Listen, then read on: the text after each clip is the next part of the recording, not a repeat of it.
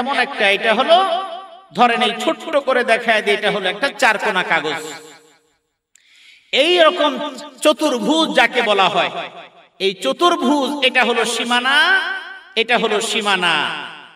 খেলার মাঠে, ফুটবল খেলার মাঠে চারকোনা দাগ থাকে, ক্রিকেট খেলার জন্য রাউন্ড একটা দাগ থাকে বা সীমানা থাকে।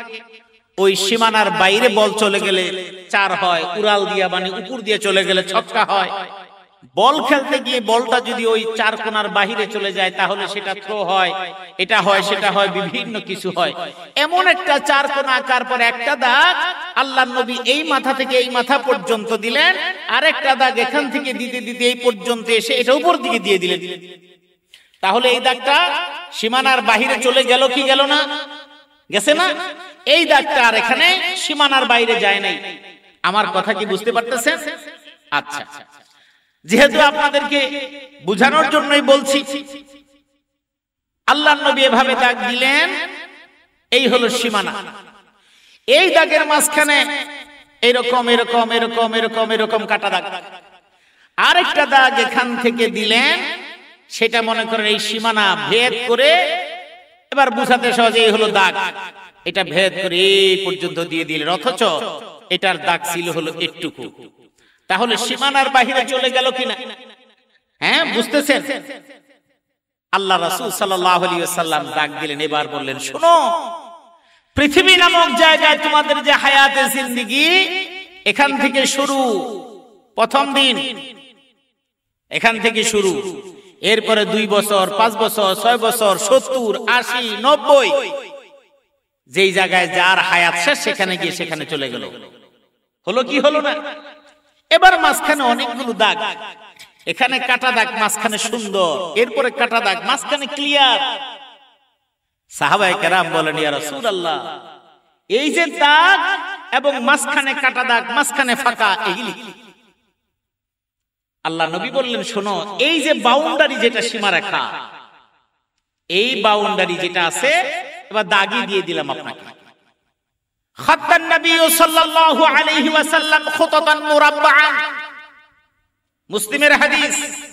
রাসূলুল্লাহ সাল্লাল্লাহু আলাইহি ওয়াসাল্লাম চতুর্ভুজ আঁকলেন, ওয়া ফি ওয়াসতিহি খাত্তুন, তার মধ্যে একটা দাগ দিলেন, যেই দাগটা এই সীমানা ভেদ করে উপরের দিকে চলে গেল। আরেকটা দাগ দিলেন এই প্রান্ত থেকে ওই প্রান্ত, সেটা সীমানার বাহিরে গেল না, এটার মধ্যেই থাকলো, কিন্তু এখানে অনেকগুলো দাগ। আল্লাহ নবী বললেন, শোনো, এই যে বাউন্ডারি চতুর্কোণ, এটা হলো মৃত্যু। সুবহানাল্লাহ। এই যে মাঝখানে যে দাগটা দেখো, এই মাথা থেকে এই মাথা পর্যন্ত, এটা হলো মানুষের জীবন। তার মানে হলো, আপনি যতই চেষ্টা করেন এই মৃত্যু নামক বাউন্ডারি ভেদ করে যাওয়া সম্ভব, একেবারে আল্লাহ পাক রব্বুল আলামিন বুঝায় দিলেন, তোমার জীবনটার চতুর্পাশে মৃত্যু নামক একটা বাউন্ডারি দেওয়া আছে। এই বাউন্ডারিটা দিয়ে দিলেন কি? ওয়ালা ইউআখিরাল্লাহু নাফসান ইযা জাআ আজালুহা, মৃত্যুর সময় তোমার জন্য যেটা নির্ধারণ করে দেওয়া হয়েছে, ওই নির্ধারিত সময় তুমি চলে যাবা। কিন্তু দুনিয়া নামক জীবনে আসার আগেই তোমাকে যদি ঘোষণা দিয়ে দেওয়া হয়, ও সলিমউদ্দিন, ও হাজীগঞ্জের নিবাসী, আব্দুর রহিমের ছেলে আব্দুল কুদ্দুস, তোমার এই জিন্দেগিতে তুমি 60 বছর তুমি বাঁচবা, একটা সেকেন্ড তুমি বাঁচবা না। বুঝ হওয়ার পর থেকে বয়স গনতে গনতেই মারা যাবেন। দুনিয়ার জিন্দেগির কোনো কাজ করা আপনার জন্য সম্ভব হবে না। আপনি বিদেশও যাবেন না, পয়সাও কামাবেন না, বিয়েও করবেন না। আপনার জীবন কতখানি যদি আল্লাহ জানায় দিতেন, যদি আপনার জিন্দেগি আমার জিন্দেগি যদি সব চালিয়ে দিতেন, জানিয়ে দিতেন তুমি কত বছর বাঁচবা, তাহলে কোন সন্তান ইউরোপ যাওয়ার জন্য পারাপারি করত না। কোন সন্তানের বাবা সন্তানকে কোনো কথা বলতে পারতেন না, এবং সন্তানের বাবা তো দূরের কথা, সন্তানের বাবাই তো মানুষ হতো না। কারণ জন্মের পর থেকে কোনো বাবাই কোনো পুরুষই বিয়ে শাদী করার চিন্তা করত না। কারণ একজন মানুষ যদি জানতো আমার বয়স 32 বছরে আমি মারা যাব, ওই ছেলেটা 16 বছরে তেমন কিছু বুঝে না, 17-18 বছর পরে যদি সে জানতো তাহলে সে তো আর বিয়ে করতো না। আপনার বাড়ি আছে, ঘর আছে, গাড়ি আছে, সব কিছু আছে। হাসপাতালে যাওয়ার পরে ডাক্তার পরীক্ষা নিরীক্ষা করার পরে শুধুমাত্র মৃত্যুর দিন তারিখ বলে না, শুধুমাত্র বলে তার অমুক অঙ্গটা অকেজো। এই সিদ্ধান্ত শোনার পর থেকেই সে দুনিয়া থেকে মৃত্যুর মতো হয়ে যায়। যদি কোনো ডাক্তার কিংবা কোন রোগী যদি বুঝতে পারে ওই রোগীর ক্যান্সার ধরা পড়েছে, যেই দিন বুঝতে পারে সেই দিনের পরে থেকে মৃত্যুর সময় গুনতে থাকে। ওই সময় তার কাছে বিনোদন ভালো লাগে না, আড্ডা ভালো লাগে না, নারী ভালো লাগে না, মদ ভালো লাগে না, বিদেশে ট্যুর ভালো লাগে না, কোনো কিছুই তার ভালো লাগে না। আমার আল্লাহ রাব্বুল আলামিন এই জন্য বলে দিয়েছেন, আল্লাযী খালাকাল মাউতা ওয়াল হায়াতা লিয়াবলুয়াকুম আইয়ুকুম আহসানু আমালা। তার মানে আপনার মৃত্যুর দিন তারিখ আল্লাহ পাক রব্বুল আলামিন জানায়া না দেওয়ার কারণ হলো প্রতিটা মুহূর্তকে আপনি মূল্যবান মনে করবেন, প্রতিটা মুহূর্তেই আপনি আল্লাহর আনুগত্য মেনে পৃথিবীর মধ্যে চলবেন। সুবহানাল্লাহ। আনুগত্য মানে কি? আনুগত্য মানে সারাদিন মসজিদে বসে থাকবেন না। সমস্যাটা এই জায়গায়, আমাদের দেশের মানুষ ইবাদত বুঝে না, আমাদের দেশের মানুষ আল্লাহর আনুগত্য বুঝে না, আমাদের দেশের মানুষ জান্নাত বুঝে না, জাহান্নাম বুঝে না। আমাদের দেশের কিছু মানুষ জান্নাত জাহান্নাম মনে করে। আমি সারা জীবন কামাই করে নেই, এরপরে যখন কামাই করার মেয়াদ থাকবে না, মুরুদ থাকবে না, তখন ওই কামাই করা টাকার কিছু অংশ আল্লাহরে ঘুষ দিয়ে দিবে। আল্লাহরে কিছু ঘুষ টুস, কারণ জীবন করতে এই সিস্টেমে চলে অভ্যাস। ধরেন একজনের ট্যাক্স জমা দেওয়া হয়নি, অথবা একজনের বিল দেওয়া হয়নি, একজনের পানির বিল বাকি, একজনের গ্যাসের বিল বাকি, একটা সিস্টেম বোঝানোর জন্য বলি। বিদ্যুৎ বিল বাকি, এইরকম অনেক বিল বাকি, এখন না দেওয়ার কারণে জরিমানা হয়ে গেছে। ধরেন 5 লক্ষ টাকা লোকের কাছে আছে, মনে করেন কষ্ট করে অন্তত পক্ষে চিন্তা করলে 2 লাখ টাকা অ্যারেঞ্জ করা যায়। যদি সেটা না দেওয়া যায় তাহলে জেলখানায় ঢুকায় দিবে। আমরা দুনিয়ার মানুষ, আমরা কর্মকর্তার কাছে যায় যোগাযোগ করি, ভাই আপনার সাথে আমার একটু পার্সোনাল কথা আছে। সেই পার্সোনাল কথা কি? বলে যে ভাই আমি যে রাষ্ট্রের কাছে আমি গিল্টি হয়েছি, আমি যে অপরাধী হয়েছি, এখান থেকে বাঁচার উপায় কি? কোনো বাঁচার উপায় নাই। আপনার যে জরিমানা সহ যা বকেয়া সব আপনার দিতে হবে, নতুবা আপনার জন্য জেল। এবার আমি বিকল্প রাস্তা খুঁজি, ভাই একটু আপনার সাথে একটু কথা আছে, কানের সামনে মুখটা নিয়ে বলি, ভাই কিছু করা যায় না? বলি কি বলি না? কিছু করা যায় না? উনি এদিক ওদিক তাকায়, দেখেন লোকজন খুব একটা নাই, কয় আচ্ছা করা যায় কিনা পরে কথা বলবেন, বসেন আমার হাতের কাজটা সেরা নেই। আপনি 1 ঘন্টা বসে থাকলেন, 2 ঘন্টা বসে থাকলেন, এরপরে লোকজন সব পাতলা হয়ে গেল। নিরিবিলি করে দরজাটা একটু চাপায়া দেন। চাপায়া দেওয়ার পর রাস্তা একটা আছে, এখন কি করবেন? এখন এটা যদি কিছু খরচাপাতি আছে, কিন্তু খরচাপাতি যদি করেন তাহলে আপনার 5 লক্ষ টাকার যা হয়েছে সেখানে আপনি 3 লাখ দিবেন। 3 লাখ দিলে মোটামুটি আমাকে এদিক ওদিক দেওয়া লাগবে, করে চেয়ার, নিচের চেয়ার, সাইডের চেয়ার, কোনার চেয়ার, সব চেয়ারে দেওয়ার পরে বাকি যে 1 লাখ, 1.5 লাখ, 2 লাখ যে ওর সাথে যতটুকু চুক্তি করা যায় ওগুলি মওকুফ ঠকুফ করে, অথবা ওগুলি একটা সিস্টেমের মধ্যে দিয়া আপনারটা উশিল দেখায় জেল জুলুম খাটা লাগবে না। তো যিনি কাস্টমার তিনি চিন্তা করেন অসুবিধা নাই, কর্মকর্তারে যদি 1 লাখ টাকা ঘুষ দিয়া বাকি 2 লাখ টাকা আমার সেফ থাকে, তার মানে হলো রাজস্ব খাতে দিব 2 লাখ আর চোরে নিব 1 লাখ। কয়েক কোট পরা, প্যান্ট পরা, টাই পরা, অথবা অনেকে দাঁড়িয়ে রেখে, অথবা অনেকে মাথায় টুপি পরে, এই চোরগুলো রাষ্ট্রের সম্পত্তি 2 নম্বরই করে চুরি করে খাবে, আর আপনার ফাইলের মধ্যে সব এমন সিস্টেমে লিখে দিবি যে আপনি পরিশোধ করে দিয়েছেন।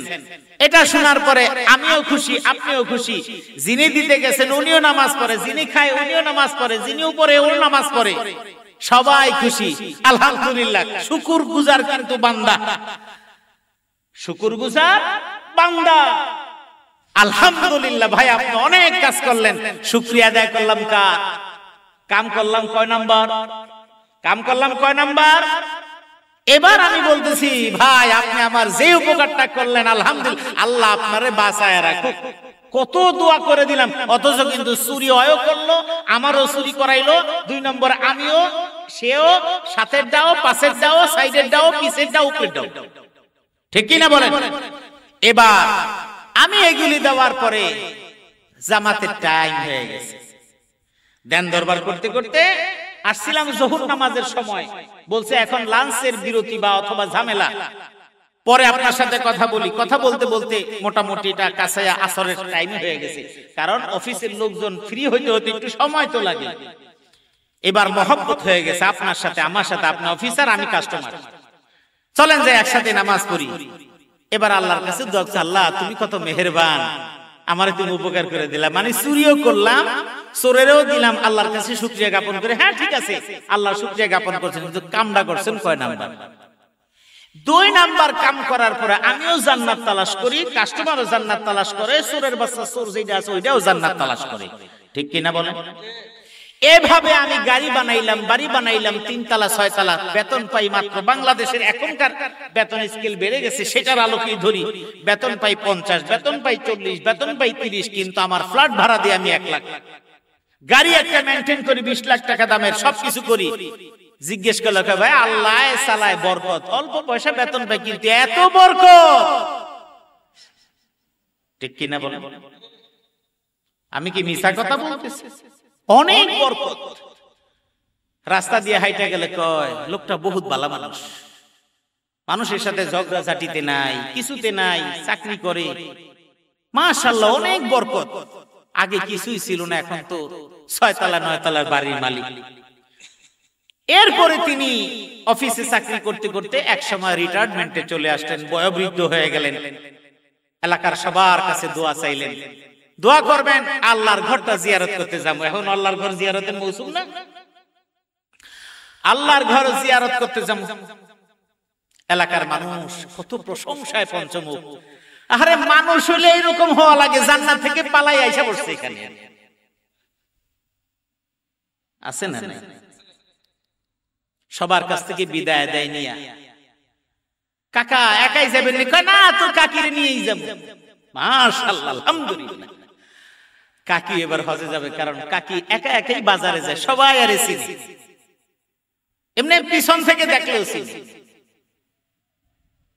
কারণ এর গায়ে তো আর বেশি কাপড় কখনো পরে নাই, কাপড়ের দাম হুজুররা বাড়াইছে, এই জন্য ওনারা তো বাড়ায় নাই। কারণ হুজুররা বড় বড় জুব্বা পরে, মাথায় রুমাল পরে, কাপড়ের দাম হুজুররা বাড়ায় দিছে। তো ওনাদের আর কাপড়ের দাম বাড়ানো লাগে নাই, যে কারণে অতিরিক্ত কাপড় ঝামেলা, গরমের দিনে গরম লাগে, শীতের দিনে ময়লা আবর্জনা, এই জন্য বেশি কাপড় পরে নেই, যতটুকু দরকার অতটুকু পরেছে, যে কারণে এলাকায় সবাই তারে চিনে। এখন এরাদা করেছেন ওনারা দুইজনেই আল্লাহর ঘর জিয়ারতে যাবেন। মাশাআল্লাহ। এখন জিয়ারতে গেছেন, এটা খারাপ না? নিশ্চয়ই ভালো কাজ। বাইতুল্লাহ জিয়ারত ভালো কাজ না? কিন্তু যা দিছেন সব হলো ওই টাকা। বেতন ছিল কত? 50, কামাইছে প্রত্যেক মাসে মিনিমাম 5। হাতের মধ্যে কি যশ, ধরলেই মাটি ধরলে সোনা হয়ে যায়। হাতের মধ্যে এত যশ, অনেকে বলে না যে ধরে মাটি হয় স্বর্ণ। কয় আর ব্যবসার কপাল এত বালা, ব্যবসা মাত্র শুরু করলো, এই তো মাত্র। আর এই যে কতগুলি গাধা, এই যে মার্কেটের মধ্যে কতগুলি গাধা দোকানদারি করে, বছরের পর বছর দোকানদারি করে, আজও পর্যন্ত কিছু করতে পারলো না। আবার কেউ বলে গার্ডিয়ান, ওর পাও দিয়ে পানি খাইছে, মাত্র বছর খানিক হলো চাকরিতে ঢুকছে। ছেলে হয়তো বলে চাকরিতে ঢুকছে, হয়তো ঘুষ দিয়া ঢুকছে। আরে তোর ঘুষ টুস একেবারে সুফি হয়ে গেছে, ঢুকছে যাই হোক, এটা কি করে ভুল কাম করছে? জীবনে একটু একটু করতে হয় না? আল্লাহর কাছে মাপ চাই নিব। ফতুয়া, ফতুয়ায় আম্মা জান, ফতুয়ায় আম্মা জান, আম্মা জান ফতুয়া দিছে। কারণ এই সমাজের মানুষ বুঝেছে, ঘুষ দিয়া হোক, চুরি করে হোক, টাকার মালিক হোক, শেষ জীবনে আল্লাহর কাছে যাও, বাইতুল্লাহর গিলাফ ধরে কান্দো, আর তাতেই তোমার জান্নাত কনফার্ম হয়ে যাবে। আপনি যেই টাকাটা আত্মসাৎ করলেন মানুষের সাথে জুলুম করে, বিভিন্ন ভাবে হক নষ্ট করে, একটা টাকার হিসাব কমপ্লিট করা ছাড়া জান্নাতের দিকে এক পাও দেওয়ার সুযোগ কারো হবে না। ওয়াজা রাব্বুকা ওয়াল মালাকু সাফফান সাফফা, সেদিন আমি না খালি ইয়াওমা ইয়াকুমুর রূহু ওয়াল মালাইকাতু সাফফা লা ইয়াতাকাল্লামুনা ইল্লা মান আদিনা লাহুর রহমান ওয়া ক্বালা সাওয়াবা। সারা জীবনে বহু কামাইলাম, ঘর করলাম, বাড়ি করলাম, এখন গল্পে করি আল্লাহ আমার ভাগ্যটা খুলে দিছে। আমার বড় ছেলে আমেরিকায়, আমার ছোট ছেলে কানাডায়, মেয়ে ছিল দুইটা, মাশাআল্লাহ দুইটারে বিয়ে দিয়েছি, একটা অস্ট্রেলিয়া আর একটা সুইজারল্যান্ড। জামাইরাও মাশাআল্লাহ বাংলাদেশে থাকতে এরকম বড় বড় অফিসে চাকরি বাকরি করতে, এখন ওই দেশে আসে মাশাআল্লাহ। আর বাকিটুকু কয় না, কিন্তু আর বাকি কিছু বলে না। আপনিও শুনে আহা, লোকটার কপালটাই ভালো। আহা, লোকটা যেমন কামাইছে, ছেলে মেয়েগুলো এস্টাবলিশ হয়েছে, মরার পরে ছেলেও নাই মেয়েও নাই, সমস্যা নাই। 3 দিন বলেন 40 বলেন, মোটামুটি পুরা এই হাজীগঞ্জের এই আপনাদের এলাকা, আশেপাশের এলাকা সহ মোটামুটি 10টা গরু খাওয়ানো শেষ।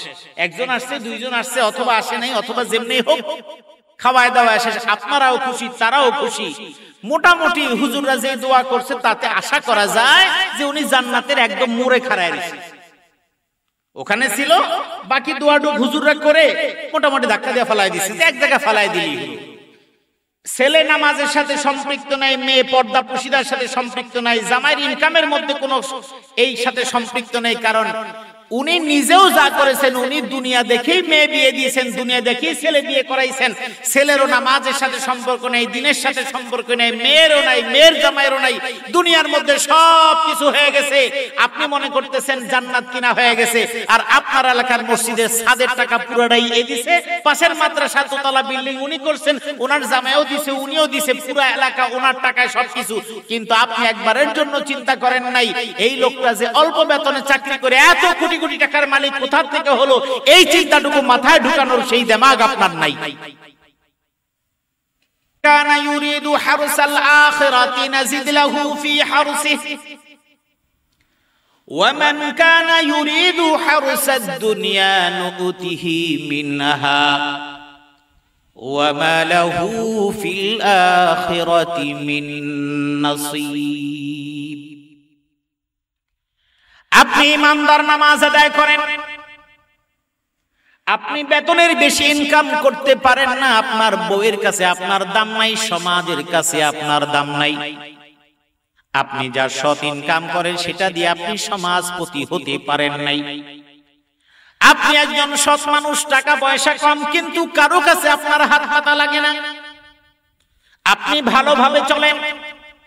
আবার আপনার বিপদ আপদ বেশি, অভাবের মধ্যে আপনি আছেন, আপনার অভিযোগ আল্লাহ এত নামাজ পড়ি কিন্তু তুমি আমার এত অভাব কেন দাও? আল্লাহ আমি তোমার পথে চলি, তারপরেও তুমি আমার আয় রোজগারের মধ্যে অনেক বরকত কেন দাও না? আল্লাহ পাক রব্বুল আলামিন বলেন তোমার আয় রোজগারের মধ্যে বরকত আমি দেই, তুমি যা আছো সেটা আমি পছন্দ করি, তোমারে আমি দুনিয়ার অবৈধ সম্পদের মালিক বানায় তোমারে রাতারাতি অনেক কিছু বানাইনি। কিন্তু তোমার ঘরের স্ত্রীকে তোমার আনুগত্যশীলা বানিয়ে দিয়েছি। তোমার স্ত্রীর নামাজের সময় হলো যায় নামাজটা বিছায় নামাজ পড়ে, তোমার সন্তানগুলোর পিছনে হাজার হাজার টাকা খরচ করা লাগে না, মেধা আছে তারা পড়াশোনা করে। ভদ্র সন্তান হিসেবে আমি আল্লাহ তোমার সন্তানগুলোকে দাঁড় করিয়ে দিচ্ছি। আপনি এখন মনে করছেন আল্লাহ আপনার জন্য কিছু করেন, অভাব অনটনের মধ্যে আছেন। এমন আপনি খোঁজ নিয়ে দেখেন অভাবের মধ্যে ছিলেন, অভাবের মধ্যে আছে সন্তানগুলো আল্লাহ পাক রব্বুল আলামিন আদর্শ সন্তান বানায় দিয়েছে। মা বাবা কষ্ট করে সন্তান মা বাবার জন্য খাটে। হাসপাতালে গিয়ে দেখেন বহু মানুষ এমন আছে কোটি কোটি টাকার মালিক, কিন্তু চিকিৎসা নেওয়ার জন্য কোনো মানুষ তার সঙ্গে নাই। আপনি বিভিন্ন বৃদ্ধাশ্রমগুলোতে গিয়ে দেখেন কোটি কোটি টাকার মালিক, কিন্তু এত কিছু থাকার পরেও বাবা কেন বৃদ্ধাশ্রমে? এত কোটি কোটি টাকার পরেও যেন মা কেন বৃদ্ধাশ্রমে? কয়েকদিন আগে একটা রিপোর্ট পেশ করা হয়েছে, 4 কোটি টাকা ব্যাংকে থাকার পরে বাবাকে নিয়ে গিয়েছে আমেরিকায় তার সন্তানেরা আমেরিকায় থাকে। এরপরে শুনতে পারলো বাবার কাছে কিছু টাকা আছে, বাংলাদেশে আসলো। বিভিন্ন ভাবে ফুসলিয়ে বাবাকে বলল, তুমি তো আমাদের সঙ্গেই থাকবে, আমেরিকায় থাকবা, তোমার টেনশন নাই, তোমার কোনো কিছুর কারণ নাই। বাবা একেবারে স্বেচ্ছায় 4 কোটি টাকা সন্তানদেরকে দিয়ে দিলেন। টাকা দেওয়া শেষ, সন্তানের সাথে যোগাযোগ শেষ। এবার ওই বৃদ্ধ বাবার জায়গা বৃদ্ধাশ্রমে হয়।